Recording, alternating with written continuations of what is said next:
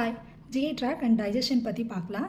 GI tract 7 to 7.9 metre length உடைய ஒரு track. இது மவுத்தில் ஸ்டார்ட் ஆகி ரெக்டத்தில் முடியும். ஸோ அதனால தான் இது கேஸ்ட்ரோ இண்டஸ்டைனல் ட்ராக். இதோடைய மெயின் ஃபங்க்ஷனே ஃபுட் பார்ட்டிகல்ஸை மாலிகுல்ஸை பிரேக் டவுன் பண்ணி டைஜஷனுக்கு ஹெல்ப் பண்ணுறது. ரெண்டாவது நியூட்ரியன்ஸை அப்சர்வ் பண்ணி வச்சுக்கிறது.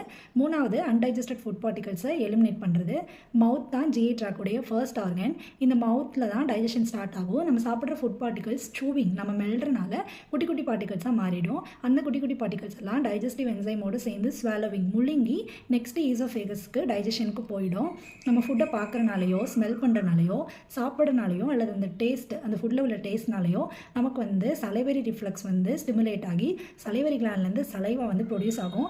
அப்ராக்சிமேட்டாக ஒரு நாளைக்கு 1.5 லிட்டர்ஸ் ஆஃப் சலைவா ஒரு பர்சனுக்கு ப்ரொடியூஸ் ஆகும். அந்த சலைவாவில் இருக்க வாட்டரும் மியூக்கஸும் தான் நம்ம சாப்பிட்றக்கும் மெல்றக்கும் மிழுங்குறக்கும் நமக்கு ஹெல்ப்ஃபுல்லாக இருக்கும். அப்கமிங் வீடியோஸில் GI tract உடைய டைஜஷன் பற்றி பார்க்கலாம். For more nursing